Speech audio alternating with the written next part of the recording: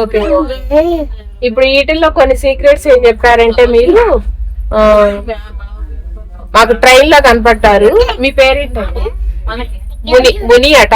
ఈ సారథి కాళహస్తి అన్నమాట. అయితే కాళహస్తి గుడి ఎలా వెళ్ళాలి ఏంటి అనేది వివరంగా చెప్పడం జరిగింది. తను వాళ్ళ వైఫ్ మధుప్రియ, ముని మధుప్రియ. వీళ్ళు హైదరాబాద్ నుంచి మళ్ళీ తిరుచానూరు వెళ్తున్నారు. అయితే గుడి అసలు దాంట్లో ఎలా వెళ్ళాలి దాని గురించి వివరాలు ఇంత వివరంగా నేనైతే ఏ వీడియోలో చూడలేదన్నమాట. తను చాలా వివరంగా చెప్పారు అనమాట. మేము ట్రైన్ లో సరే ఎందుకు ఖాళీగా ఉండటం అని చెప్పేసి నేను వీడియో చేస్తున్నా. కొన్ని సీక్రెట్స్ చెప్పారు. మనము గుడిలోకి వెళ్ళినప్పుడు ఏ గుడిలోకి వెళ్ళినా కూడా ఏ దారం నుంచి వెళ్ళామో ఆ దారం నుంచి బయటికి రావద్దంట కాళహస్తిలో. అదొకటి చెప్పారు. రెండోది ఏంటంటే చాలా మంది శనేశ్వరి గుడి దగ్గరికి వెళ్ళి దండం పెట్టుకోవడానికి భయపడతారంట. కంపల్సరీ అక్కడ దండం పెట్టుకోవాలని చెప్పారు. ఇదివరకు అయితే 3 చుట్లు తిరిగే అవకాశం ఉండేదంట, కానీ ఇప్పుడు ఆ అవకాశం ఇవ్వట్లేదంట. ఇంకోటి ఏంటంటే మృత్యుంజయ స్వామి వారికి దర్శనం చేసుకుని అక్కడ కూడా 3 చుట్లు తిరగాలి, కానీ అది కూడా అవకాశం లేదు. కంపల్సరీ వెళ్ళి మృత్యుంజయ దగ్గర కూడా దండం పెట్టుకొని రావాలి. ఈ 3 అనేవి సీక్రెట్స్ చెప్పారు. ఇంకోటి ఏంటంటే అమ్మవారిని ఫస్ట్ స్వామివారిని చూడాలి. స్వామివారిని చూసేటప్పుడు ఏంటంటే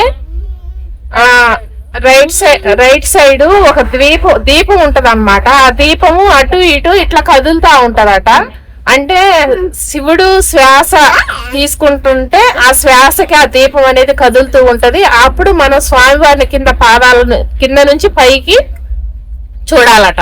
అంటే ఈ దీపం చూసుకుంటూ స్వామివారిని మనం దర్శనం చేసుకోవాలట. మళ్ళీ అది దర్శనం చేసుకొని అక్కడి నుంచి మళ్ళీ తర్వాత వెనకుంటది అనమాట జ్ఞానప్రసూనాంబ అమ్మవారి గుడి. ఆ జ్ఞానప్రసూన అమ్మవారి గుడిలోకి వెళ్ళేటప్పుడు కూడా 3 లైన్లు ఉంటాయి. ఆ 3 లైన్లలో కూడా 3 లైన్లలో రైట్ సైడ్ మళ్ళీ వెళ్తే మనం గుళ్ళో అమ్మవారిని దగ్గరగా చూసుకునే అవకాశం ఉంటుందంట. ఆ చూసుకోవడానికి పోయేటప్పుడు కూడా ఫస్ట్ అమ్మవారిని డైరెక్ట్ గా ముఖం చూడకుండా కింద పాదాల నుంచి చూసుకుంటూ పాదాలు చూసిన తర్వాత చూపు పైకి పోనిస్తూ నాగపడిగ అమ్మవారిది వడ్లాణం అన్నమాట. నాగపడిగ ఇలా వంపు తిరిగి పడిగ లాంటి వడ్లాణం ధరించుంటారంట. అది చూసిన తర్వాత అమ్మవారిని చూడాలి. దీంట్లో చాగంటి కోటేశ్వరరావు గారు కూడా చెప్తున్నారు అనమాట. మనకి ఎలాంటి దోషాలు ఉన్నా అమ్మవారిని నాగపడిగా అనేది దర్శించుకుంటే మనకి దోషాలు పోతాయి అనే విషయం ఒకటి చాలా సార్లు నేను వీడియోలో విన్నాను. ఇవి సీక్రెట్స్ చెప్పారు. ఇంకా ఏమైనా ఉన్నాయండి? బయట వచ్చిన తర్వాత బ్రహ్మగుడి ఉంటుంది. బయటకు చెప్పండి. దక్షిణ ద్వారం దగ్గరే వెళ్ళారంటే బ్రహ్మగుడి ఉంటుంది. అదేలే. ఓకే. గుడి అంతా దర్శనం అయిపోయిన తర్వాత బయటకు వచ్చిన తర్వాత బ్రహ్మగుడి ఉంటదంట. ఆ బ్రహ్మగుడి అనేది దర్శనం చేసుకోవాలనేది ఇంకొకటి చెప్పారు.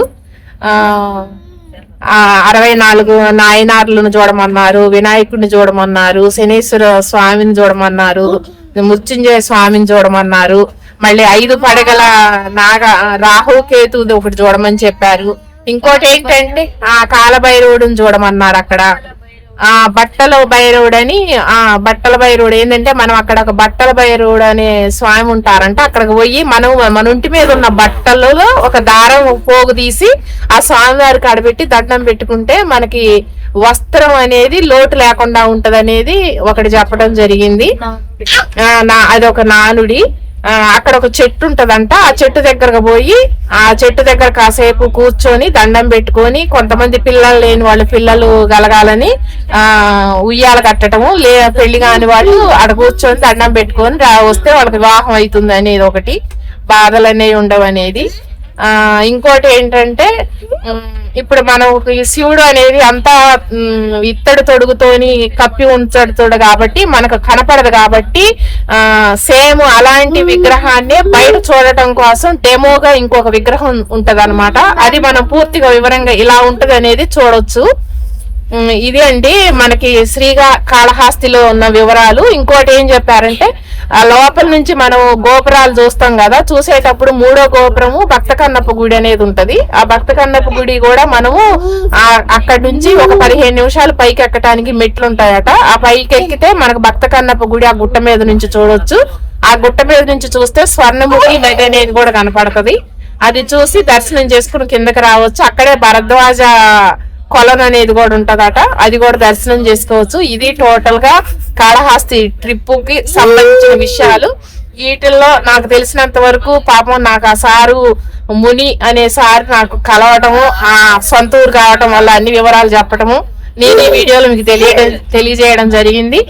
ఇవి ఎవరు కూడా ఏమి మిస్ అవ్వకుండా ప్రతి ఒక్కళ్ళు కూడా ఇది కంపల్సరీ చూసి ఆ పద్ధతిలో మీరు దర్శనం చేసుకుంటారన్న ఉద్దేశంతో నేను ఈ వీడియో తీయడం ట్రైన్ లోనే జరిగిందండి. అందరం కూర్చున్నాం. సరే ఇది ఎందుకు అందరికి చెప్పొద్దు, 10 మంది అని అనుకున్నాం. ఇగో ఈ మేడం గారు చెయ్యండి అని చెప్పేసి నాకు ప్రోత్సహించారు. అందరికి తెలుస్తుందిగా మేడం, మనమే దాచుకోవద్దు అని చెప్పారు. మీ పేరేంటి మేడం? సరస్వతి మేడం గారు ప్రోత్సహించడం వల్ల నేను ఇప్పటికిప్పుడే స్టాండ్ పెట్టేసి వీడియో తీసానండి. మీకు అందరికి నేను చేసిన ఈ పద్ధతి నచ్చితే సబ్స్క్రైబ్ చేసుకోండి, షేర్ చేయండి, కామెంట్ పెట్టండి. నా ఛానల్ పేరు స్మార్ట్ ఛానల్ తెలుగు అండి. థ్యాంక్ యూ అండి. ఇంకొకటి యాడ్ చేద్దాం అనుకున్నా, మర్చిపోయా. ఇంకోటి ఏం చెప్పారంటే మనకి కాళహస్తిలో జ్ఞానప్రసూనాంబ అమ్మవారికి ప్రతి సోమవారం నాడు, శుక్రవారం నాడు బంగారపు చీర అనేది ధరిస్తారట. అది సోమవారం రోజు, శుక్రవారం రోజు పోయిన వాళ్ళకి మాత్రమే ఆ దర్శనం జరుగుతుంది. పట్టు చీర కాదండి, బంగారపు చీర ఒకటి ధరిస్తారట. ఇంకోటి ఏంటంటే కాళహస్తికి దగ్గరలో 10 కిలోమీటర్ల దూరంలో సహస్ర లింగం అన్నమాట. ఒక లింగం ఉంటది, ఆ లింగంలోనే మళ్ళీ చిన్న చిన్న లింగాలు ఉంటాయి అన్నమాట. 1000 లింగాలు ఉంటాయి అన్నమాట. చెక్కారనమాట, ఆ లింగాలు ఉంటాయి. ఆ లింగం అనేది ఉంటది, అది సహస్ర లింగం అనేది అందరూ చూడటం కోసం వస్తారట. అక్కడే పెద్దలో ఈ కాళికాదేవి అమ్మవారు ఉంటారట. ఆ కాళికాదేవి అమ్మవారికి శుక్రవారం నాడే చాలా పెద్ద ఎత్తున చేస్తారు. శుక్రవారం 10 రోజు అయితే 10 నుంచి 10:30 నుంచి 12 వరకు మాత్రం ఇంకా చాలా గ్రాండ్ గా చేస్తారట. విగ్రహం అయితే చాలా పెద్దగా చాలా బాగుంటదట. 10 కిలోమీటర్ల దూరంలో ఉంటదంట. ఒకటే గుర్తు పెట్టుకోండి, అక్కడ కాళికాదేవి అమ్మవారు ఉంటారు, సహస్ర శివలింగం అనేది ఉంటది. అది కూడా దర్శనం చేసుకోండి అవకాశం ఉంటే అని చెప్పి అన్నారు. ఎవరైనా అలాంటి అవకాశం ఉంటే మీరు దర్శనం చేసుకోండి. ఓకేనా ఫ్రెండ్స్? చెప్పండి. మనము కాళహస్తిలో ఫస్ట్ మనం గుర్తుపెట్టుకోవాల్సింది, మనం ఏ ద్వారం గుండా అయితే వెళ్తామో ఆ ద్వారం నుంచి రాకూడదు. ఫస్ట్ థింగ్, ఏ ద్వారం నుంచి అయితే ఆ ద్వారం నుంచి రాకూడదు అనమాట. ద్వారం నుంచి రావాలి, అదొకటి. దాని తర్వాత ఫస్ట్ మనం వెళ్ళిన వెంటనే నంది ఉంటారు, నంది దగ్గర ప్రదర్శన చేసుకోవాలి. నంది అయిపోయిన వెంటనే ఒకటే ఉంటది, ఆ నంది ఉంటుంది. మన క్యూ లైన్ లో వెళ్ళేటప్పుడే ఉంటది. అదే క్యూ లైన్ లో వెళ్తానే శతలింగం అనేసి వాళ్ళ దర్శనం చేసుకున్న తర్వాత ఇది మారేడు చెట్టు ఉంటది. ఆ మారేడు చెట్టుని ఒకసారి చూసుకొని లోపలికి వెళ్ళిన వెంటనే మామూలుగా మనకి వినాయక స్వామి, సుబ్రహ్మణ్య స్వామి వాళ్ళంతా ఉంటారు. అయ్యవారిని దర్శనం చేసుకునేటప్పుడు ఫస్ట్ మనం ఏం చేసుకోవాలంటే రైట్ సైడ్, ఇది ఎందుకంటే కాళహస్తి అనేది వాయులింగం. సో అక్కడ వాయు దీపం అనేది కొంచెం అటు ఇటు కదులుతూ ఉంటుంది. ఆ దీపాన్ని చూస్తూ స్వామి వారిని దర్శించుకోవాలి. మళ్ళీ బయట వచ్చిన తర్వాత ధ్వజస్తంభం ఉంటుంది. ఆ ధ్వజస్తంభం దగ్గర మగవాళ్ళు అయితే సాష్టాంగ నమస్కారం చేయాలి, ఆడవాళ్ళు అలా చేయకూడదు. కాకపోతే సాష్టాంగ నమస్కారం కాకుండా మామూలుగా చేసుకోవచ్చు. అయిపోయిన తర్వాత అక్కడే మనకి 4 వేదాలకి రైట్ సైడ్ 4 వేదాలకు సంబంధించిన పండితులు ఉంటారు. అక్కడ కూడా మనకి శతలింగము కొన్ని ఉంటది, అవి చూడొచ్చు. మళ్ళీ బయట వచ్చిన లోపలనే లెఫ్ట్ సైడ్ వచ్చిన తర్వాత అమ్మవారికి అయ్యవారికి కళ్యాణం చేస్తారు. అక్కడ దర్శనం చేసుకున్న తర్వాత మనకి ఆ వరుసలోనే వెంకటేశ్వర స్వామి, సుబ్రహ్మణ్య స్వామి వీళ్ళందరూ ఉంటారు. దాని పక్కనే శనిదేవుడు ఉంటాడు. సో ఆ శనిదేవుని దర్శనం చేసుకున్న వెంటనే మనకి అమ్మవారు ఉంటారు. అమ్మవారు అంటే దుర్గాదేవి. ఆమె దర్శించుకున్న తర్వాత మళ్ళీ నటరాజ స్వామి ఉంటారు. నటరాజ స్వామి పక్కనే 24 నాయనార్లు ఉంటారు. ఆ నాయనార్ల పక్కనే శ్రీదేవి, భూదేవి, వెంకటేశ్వర స్వామి ఉంటారు. దాని పక్కనే మనకి కాలభైరవ ఉంటారు. కాలభైరవ పక్కనే బట్టల భైరవ ఉంటాయి. బట్టల భైరవ పక్కనే సప్త కన్యకి ఉంటారు. దాని తర్వాత మనకి అమ్మవారి దర్శనానికి ఉంటుంది. అమ్మవారి దర్శనానికి ముందు అద్దాల మండపం అద్దాల మండపంలో వినాయకుడిని ఉంటారు. ఆ వినాయకుడిని మనము ఊయల్లో ఉంటారు. ఆయన ఊయలు ఉంచి అద్దాల్లో వినాయకుడిని చూడాలి. కొంతమంది ఏం చేస్తారంటే మనం మొత్తం చూసుకుంటాం, అలా చేయకూడదు. అద్దాలలోనే వినాయకుడిని చూడాలన్నమాట. చూడాలి, అందుకోసం దాని అద్దాల వినాయకుడు అంటారు. అక్కడ చూసేటప్పుడు మనం ఎలా వెళ్తామో అలాగే వెనక్కి రావాలి. మళ్ళీ పోయిన దారిని పోయి మళ్ళీ వెనక్కి రావాలి. మనం ఎలా వెళ్తామో ఇట్లా సన్న పెట్టుకుంటాం కదా, ఎట్లా వెళ్తాము అలాగే రావాలి. వెనక్కి మళ్ళీ తిరగొద్దు, మనం చూపించకూడదు అనమాట. అట్లా దాని పక్కన మళ్ళీ అమ్మవారి దర్శనం. అమ్మవారి దర్శనం చూసేటప్పుడు ఫస్ట్ అమ్మవారి పాదాలు చూసి నాగపడిని చూసి అమ్మవారిని దర్శించుకోవాలి. ఫస్ట్ పాదాలు చూడాలి అమ్మవారి, తర్వాత నాగపడగ చూడాలి, తర్వాత అమ్మవారి ముఖం చూడాలి. అంటే పాదాల నుంచి దర్శనం కావాలి కానీ డైరెక్ట్ ముఖం చూడొద్దు. Okay okay. స్వామివారిని చూసే విధానం ఫస్ట్ స్వామివారిని చూసాకే అమ్మవారిని చూసేది. తర్వాత అమ్మవారిని సో అయిపోయి వాళ్ళ కుంకుమ ఇస్తారు, తెచ్చుకోవాలి. చాలా పవర్ఫుల్. మన ఏదైనా ఒక నమ్మకం అనేది మనం అదేలే. అది అయిపోయిన వెంటనే మళ్ళీ రైట్ సైడ్ మెట్లు ఎక్కామంటే శిఖర దర్శనం ఉంటది. అమ్మవారిది, స్వామి వారిది, భక్త కన్నప్పది, ఆ సర్కిల్ ఉంటది. ఆ సర్కిల్ నిలుచుకున్నామంటే మనకి శిఖర దర్శనం కనిపిస్తుంది. కూడా శిఖర దర్శనాలు అవుతాయి అన్నమాట లోపల. ఇక్కడే చిత్రగుప్తుడు ప్రతిష్ఠించిన శివలింగము, ధర్మరాజు ప్రతిష్ఠించిన శివలింగం, ఇవన్నీ దర్శించుకొని బయట వచ్చిన తర్వాత కొద్ది దూరం అంటే లోపల నడిస్తే లెఫ్ట్ సైడ్ స్ఫటికలింగం ఉంటుంది. స్ఫటికలింగం తర్వాతనే మనకి కాళహస్తి యొక్క మీనింగ్ ఉంటుంది. కాళ అంటే సర్పము, హస్తి అంటే ఏనుగు, అట్లా రాసుంటారు. దాని పక్కనే స్టెప్స్. ఆ స్టెప్స్ ఎక్కి అట్లా వెళ్ళామంటే మృత్యుంజయుడు అక్కడ వెళ్ళి దర్శనం చేసుకోవాలి. మళ్ళీ వచ్చి మృత్యుంజయుడి దగ్గర దర్శనం చేసుకోవాలి. కంపల్సరీ చేసుకోవాలి. మంచిది. తెలియక చేసుకోరు, ఒక నమ్మకంతో వెళ్ళాలి. అదే అదే. మళ్ళీ వచ్చిన తర్వాత ఈ దక్షిణామూర్తిని మనం దర్శనం చేసుకోవాలి. దక్షిణామూర్తిని ప్రదర్శన చేసుకోవడం వల్ల మనకు వచ్చే బెనిఫిట్స్ ఏమంటే ఒకటి మన ఎడ్యుకేషన్ బాగుంటది, పెళ్లి కాని వాళ్ళకి అది గురువు దక్షిణామూర్తి గురుబలం కూడా పెరుగుతారు. పెళ్లి కాని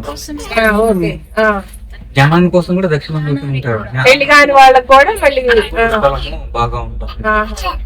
విద్యార్థులకి శాంతమూర్తి, ఆయన శాంతమూర్తి దక్షిణామూర్తి అనేసి కింద కూర్చోవాలి. దక్షిణామూర్తి దగ్గర కింద కూర్చొని మనసులో ప్రార్థన చేసుకోవాలి. బయట వచ్చిన తర్వాత చెట్టు ఒకటి ఉంటుంది. మరి చెట్ట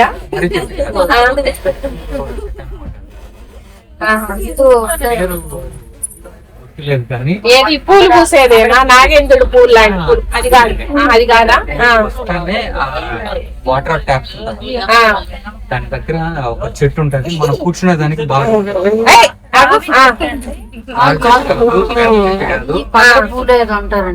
అది ఒక శివాలయంలోనే ఉంటది, ఇంకెక్కడ ఉండదు. ఆ చెట్టు దగ్గర ఒక 5-10 నిమిషాలు కూర్చోండి. పిల్లలు లేని వాళ్ళు కూడా, పిల్లలు లేని వాళ్ళు ఉయ్యాల కట్టుకుంటారు. పెళ్లి కానోళ్ళు కూడా పెళ్లి అవుతుందా,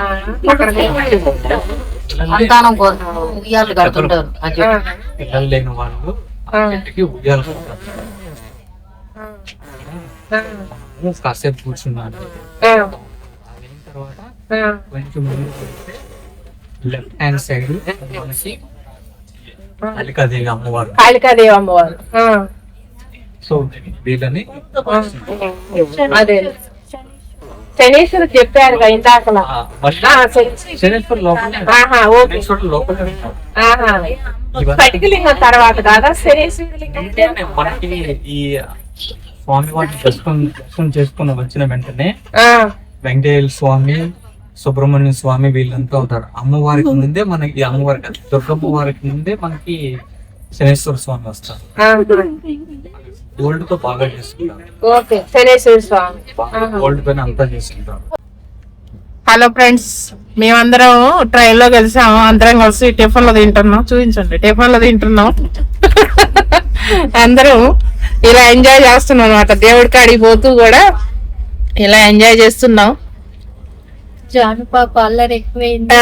జాను పాప అయితే బాగా అల్లరి చేస్తుంది. కనపడలేదు కానీ కంతిరమ్మాయి అమ్మాయి. ఈడేమో ఫస్ట్ కనపడ్డాడు, ఈడే కంతిరాడు అనుకున్నాం, కానీ వీడికంటే అదే కంతిరిది. ఇంకా మేమందరం ఇలా టిఫిన్ చేస్తున్నాం. పాపం పక్కన ట్రైన్ లో వాళ్ళు కూడా ఉన్నారు.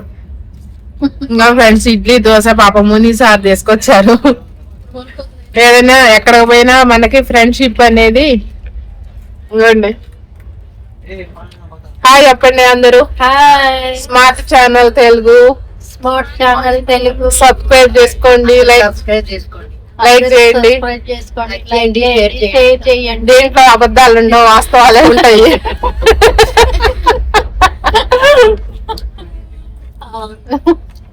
మోసాలని ఉండవు. హెల్త్ సంబంధించి అయితే మా ఆయన కంపల్సరీ చూస్తాడు. Okay okay, thank you.